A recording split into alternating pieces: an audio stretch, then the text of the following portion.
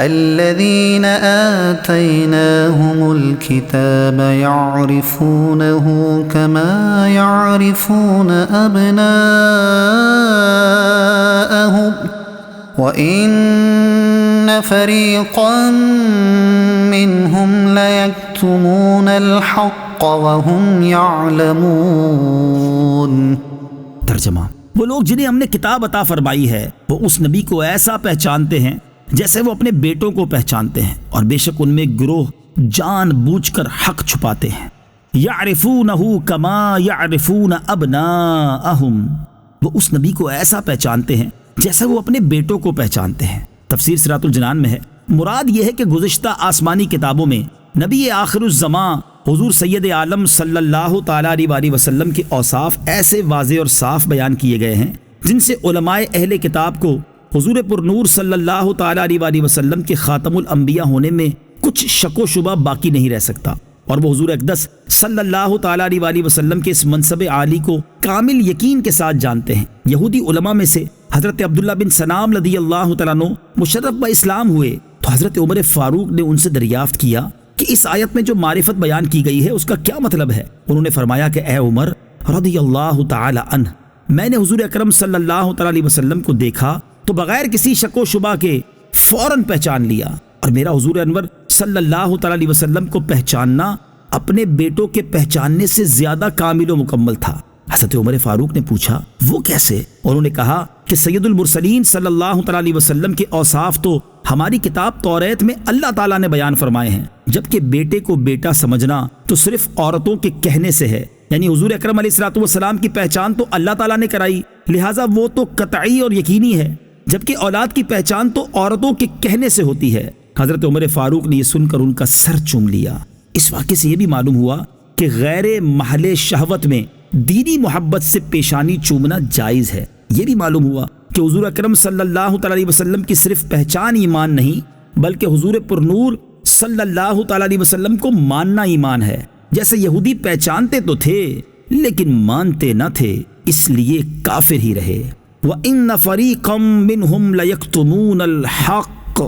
اور بے شک ان میں ایک گروہ حق چھپاتے ہیں۔ تفسیر صراط الجنان میں ہے اہل کتاب علماء کا ایک گروہ توریت اور انجیل میں مذکور حضور پر نور صلی اللہ تعالیٰ علیہ وسلم کی نعت و صفت کو اپنے بغض و حسد کی وجہ سے جان بوجھ کر چھپاتا تھا۔ یہاں انہی کا بیان ہے۔ اس سے معلوم ہوا کہ حق کو چھپانا معصیت و گناہ ہے۔ حضور اقدس صلی اللہ تعالیٰ علیہ وسلم کی عظمت و شان کو چھپانا یہودیوں کا طریقہ ہے۔ الحق من ربك فلا تكونن من الممترین۔ ترجمہ: اے سننے والے، حق وہی ہے جو تیرے رب کی طرف سے ہو، پس تو ہرگز شک کرنے والوں میں سے نہ ہونا۔ الحق من ربک، حق وہی ہے جو تیرے رب کی طرف سے ہو۔ تفسیر صراط الجنان میں ہے قبلے کی تبدیلی اللہ تعالیٰ کی طرف سے ہے، لہٰذا حق ہے تو اس میں شک نہ کیا جائے۔ یوں ہی اللہ تعالیٰ کی طرف سے آنے والا ہر حکم حق ہے، اگرچہ اس کی حکمت ہمیں سمجھ آئے یا نہ آئے، لیکن حق وہی ہوگا، اور مسلمان کا کام اسے ماننا اور اس پر عمل کرنا ہے۔ کسی بھی طرح کے حالات میں اس میں شک کرنے کی گنجائش نہیں۔ وَلِكُلٍّ وِجْهَةٌ هُوَ مُوَلِّيهَا فَاسْتَبِقُوا الْخَيْرَاتِ أَيْنَمَا تَكُونُوا يَأْتِ بِكُمُ اللَّهُ جَمِيعًا إِنَّ اللَّهَ عَلَى كُلِّ شَيْءٍ قَدِيرٌ۔ ترجمہ: اور ہر ایک کے لیے توجہ کی ایک سمت ہے، جس کی طرف وہ منہ کرتا ہے تو تم نیکیوں میں آگے نکل جاؤ۔ تم جہاں کہیں بھی ہوگے اللہ تعالیٰ تم سب کو اکٹھا کر لائے گا، بے شک اللہ ہر شے پر قدرت رکھنے والا ہے۔ وَلِكُلٍّ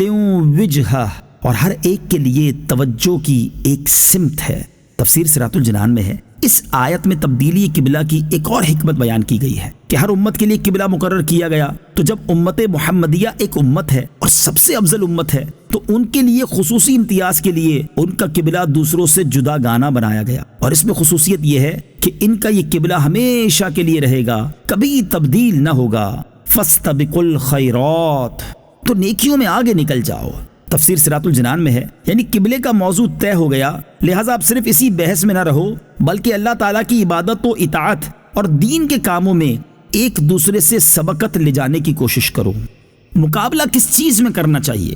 یہاں آیت مبارکہ میں ایک بڑی ہی پیاری بات سمجھائی گئی ہے کہ مال و دولت، عہدہ و منصب، شہرت و مقبولیت اور دنیا داری ایسی چیز نہیں کہ اس میں ایک دوسرے سے مقابلہ کیا جائے، بلکہ یہ سب تو آزمائش اور محض دنیاوی زندگی کی زینت، دھوکے کا سامان اور فنا ہونے والی کمائی ہے، جبکہ باقی رہنے والی مقابلے کے قابل چیز تو اللہ تعالیٰ کی عبادت، اس کی اطاعت، جنت اور اس کی رضا ہے، جس کی طرف اللہ تعالیٰ نے بار بار بلایا ہے۔ صحابہ کرام رضی اللہ تعالیٰ عنہم کی سیرت میں نیکیوں میں مقابلے اور سبقت لے جانے کے بکثرت نظارے دیکھے جا سکتے ہیں، جیسے حضرت عمر فاروق رضی اللہ تعالیٰ عنہ غزوہ تبوک میں گھر کا آدھا مال خیرات کرنے کے لیے لائے تو حضرت سیدنا صدیق اکبر گھر کا سارا سامان لے آئے۔ صحابہ کرام رضی اللہ تعالیٰ عنہم میں باپ بیٹے میں جہاد میں شرکت کے لیے بحث ہوتی، ہر کوئی کہتا کہ میں شرکت کروں گا، تم گھر پر رہو، حتیٰ کہ معذور صحابہ کرام رضی اللہ تعالیٰ عنہم بھی راہ خدا میں شہادت کے لیے بے قرار رہتے۔ غربت و بے کسی کی وجہ سے راہ خدا میں سفر نہ کر سکنے والے روتے تھے۔ ایک صحابی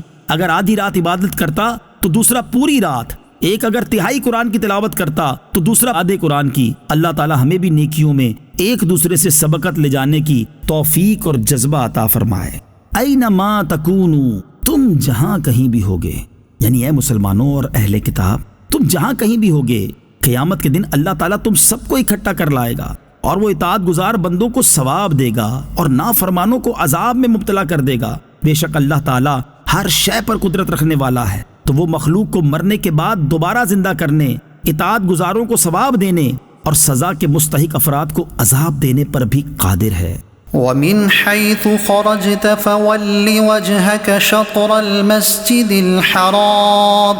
وَإِنَّهُ لَلْحَقُّ مِنْ رَبِّكَ وَمَا اللَّهُ بِغَافِلٍ عَمَّا تَعْمَلُونَ۔ ترجمہ، ارے حبیب تم جہاں سے آؤ اپنا منہ مسجد حرام کی طرف کرو، اور بے شک یہ یقیناً تمہارے رب کی طرف سے حق ہے اور اللہ تمہارے کاموں سے غافل نہیں۔ وَمِنْ حَيْثُ خَرَجْتَ، اور تم جہاں سے آؤ۔ تفسیر صراط الجنان میں ہے، یعنی اے حبیب صلی اللہ تعالیٰ علیہ وآلہ وسلم، آپ خواہ کسی شہر سے سفر کے لیے نکلیں، بہرحال نماز میں اپنا منہ مسجد حرام یعنی کعبے کی طرف کریں، کیونکہ جس طرح حالت اقامت میں کعبہ کی طرف منہ کرنے کا حکم ہے، اسی طرح سفر میں بھی یہی حکم ہے، اور بے شک کعبہ کو قبلہ بنایا جانا ضرور آپ کے رب کی طرف سے حق اور حکمت کے عین موافق ہے، اور اے مسلمانوں اللہ تعالیٰ تمہارے اعمال سے غافل نہیں، اس لیے وہ تمہیں اس عمل کی بہترین جزا دے گا۔ وَمِنْ حَيْثُ خَرَجْتَ فَوَلِّ وَجْهَكَ شَطْرَ الْمَسْجِدِ الْحَرَامِ وَحَيْثُ مَا كُنْتُمْ فَوَلُّوا وُجُوهَكُمْ شَطْرَهُ لِئَلَّا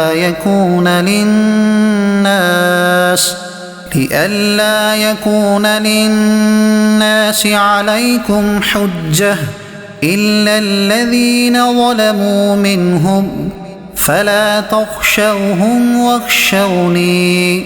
وَلِأُتِمَّ نِعْمَتِي عَلَيْكُمْ وَلَعَلَّكُمْ تَهْتَدُونَ۔ ترجمہ، اور اے حبیب تم جہاں سے آؤ اپنا منہ مسجد حرام کی طرف کرو، اور اے مسلمانوں تم جہاں کہیں ہو اپنا منہ اسی کی طرف کرو، تاکہ لوگوں کو تم پر کوئی حجت نہ رہے، مگر جو ان میں سے ناانصافی کریں تو ان سے نہ ڈرو اور مجھ سے ڈرو، اور تاکہ میں اپنی نعمت تم پر مکمل کر دوں اور تاکہ تم ہدایت پاؤ۔ وَمِنْ حَيْثُ خَرَجْتَ،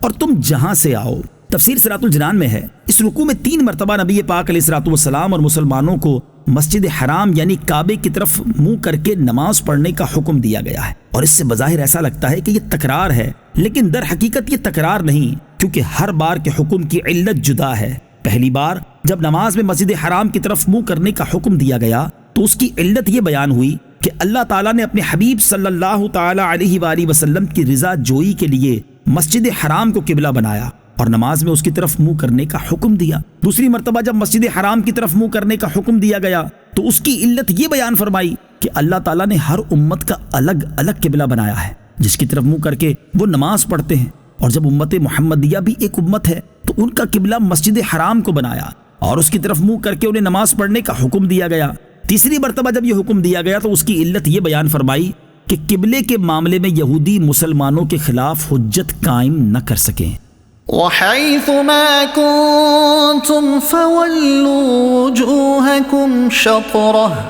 اور اے مسلمانوں تم جہاں کہیں ہو اپنا منہ اسی کی طرف کرو۔ تفسیر صراط الجنان میں ہے، اس آیت میں مجموعی طور پر لوگوں سے فرما دیا گیا کہ تم حالت سفر میں ہو یا حالت اقامت میں، جنگل و بیابان میں ہو یا شہر میں، ہر جگہ ہر حالت میں اور ہر وقت تم صبر نماز میں خانہ کعبہ ہی کی طرف منہ کرنا ہے، تاکہ یہودیوں کو اس اعتراض کا حق نہ رہے کہ ان کی کتابوں میں تو قبلے کی تبدیلی کا لکھا ہوا تھا لیکن اس نبی نے تو ایسا کیا ہی نہیں، یا وہ یہ اعتراض نہ کر سکیں کہ یہ نبی ہمارے دین کی تو مخالفت کرتے ہیں لیکن قبلہ ہمارے والا ہی مانتے ہیں، اور مشرکین کو یہ اعتراض کرنے کا موقع نہ ملے کہ نبی کریم صلی اللہ تعالیٰ علیہ وسلم نے قریش کی مخالفت میں حضرت ابراہیم اور حضرت اسماعیل علیہ السلام کا قبلہ بھی چھوڑ دیا، حالانکہ نبی کریم صلی اللہ تعالیٰ علیہ وسلم ان کی اولاد میں سے ہیں اور ان کی عظمت و بزرگی مانتے بھی ہیں۔ الا الذین ظلموا منہم،